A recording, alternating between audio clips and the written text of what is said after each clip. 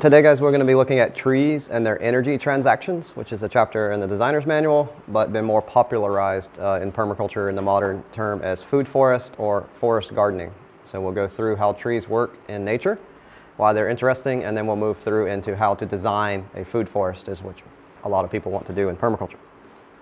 So where did this all start from? Where did the idea of creating a designer forest or a food forest or forest garden?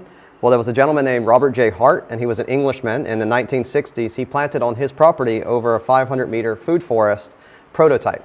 So he started to experiment with picking plants from around the world for different particular reasons, from medicinals to housing to food sources, and then planting them and understanding their spatial relationships.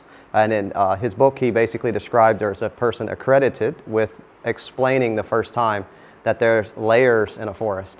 So if we go to study a naturalized forest system, we notice that the trees grow in distinctive layers or niches over time, which we call succession. So through that, he said, well, if I can understand how a natural forest would grow, then he could speed up succession. He could make his forest grow faster than what would happen naturally, and he'd be able to control those.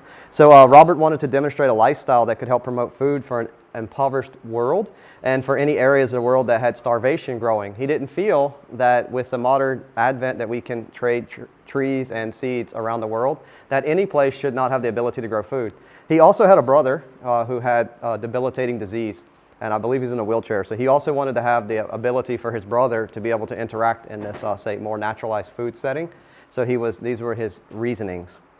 His book, recommend reading it, Forest Gardening.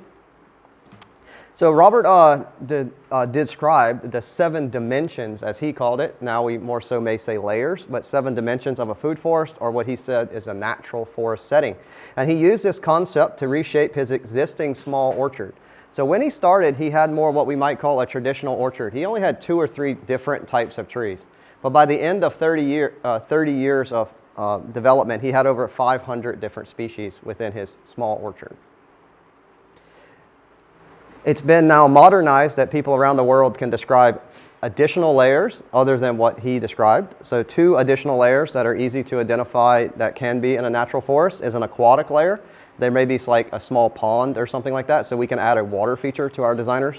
And also the mushroom or fungal layer. He didn't really describe that the fungi was a layer within the food forest, and people now do that. And even additionally, if you're in the tropics, for instance, we can describe the emergent palm layer. So we can have palms that will emerge over the canopy in a jungle. So that emergent layer could also be described in a, say, more of a jungle situation. So this can create a total of 9 layers, and the choice of layers is dependent on your design considerations. So what do you want for your family? What do you like to eat? A really great thing said in Asia, the Thai king said to the Thai people, he said, grow what you eat what you grow. So that was his advice. You need to grow your own food. He wants everyone in the country to have their own garden. And he said, if you have your own garden, then you should grow what you eat. And if you do grow it, you should eat what you grow. And that's really what happens in the West. A lot of times we pick species that we think we want, they're exotic, and we don't focus on our staples. So what are the staple fruits that you want to eat and have access to all the time? Work on those first, and then work on your exotic things, and you'll have a more balanced lifestyle. So these are considerations, and all of that's going to be balanced on the availability of your land. How much land do you have is going to make considerations of trees, possibly size of trees. We also have the different types of soil. For instance, my wife loves avocados. She wishes that I could grow them. So far, I've bought and killed 45 avocado trees because avocados like sandy soils, and we have high clay soils. So when we get into our dry season, they don't do well. They don't like the soil conditions. So I so far haven't been able to get one to survive without basically being what I call IV agriculture. That's where we put drip irrigation to it. And without water being given to that tree every day, it'll die. So I wonder if that's the type of agriculture. So food forests are supposed to be stabilized. I walk in, I just harvest food, I don't really do anything. So that would not be something that I might be able to put in addition due to our soils. And we need to think about our financial means. How much and why are you doing this? Are you doing this to provide food for your family? Are you doing it as a hobby? What reasoning are you going to take for endeavoring in your food forest? So that can bring us to the concept of goals. If you want to design a food forest, so you're now going to become a designer, what are the goals? What are you trying to achieve? If you can't list what you want, it's very difficult to design to something. Ask me to be your consultant, and I will design your food forest for you, right? And then I ask you, what would you like to eat? And you're like, I don't know. Okay. You want to eat what I want to eat, or would you like to eat what you? So you have to have goals. So the level of initial work and the financial investment is going to be high. Some fruit trees are quite expensive. If you're not able to get the tree from a friend, some trees may cost up to $200-300 for just one tree in the West. So that investment, if I can take care of that tree, may be high. But over the life of that tree, I'm going to get that back 10 times, right, in the value of the food that can be produced for my family. So at the beginning, I'm going to have to do work. I'm going to have to work to plant the trees. I'm going to have to take care of them. But towards the end, when they become more stabilized, I really don't have to do anything. If I never walked in my food forest again until I die, 60 years from now, it's still there, still going, doesn't need me. We'll still make jackfruits, we'll still make mangoes, we'll still make lemongrass. That's all naturalized. It's going to be there. As long as someone doesn't cut it down, it doesn't go away. So whether I eat it or not, I don't need to interact with it. And that is where we're trying to say it's a naturalized system. So it's a designed forest. And if it's correct, it should be self-sustaining. If all of that happens, as time goes on, the value and the yields will rise. So at the beginning, some fruit trees don't yield to 3 to 6 years, even up to 10. So for the first 3 years, I don't have any, say, yield. But by year 3 to year 6, I should be able to support myself on a modest food forest. And if all goes well, the food forest will reach its productive stage in 3 to 5 years.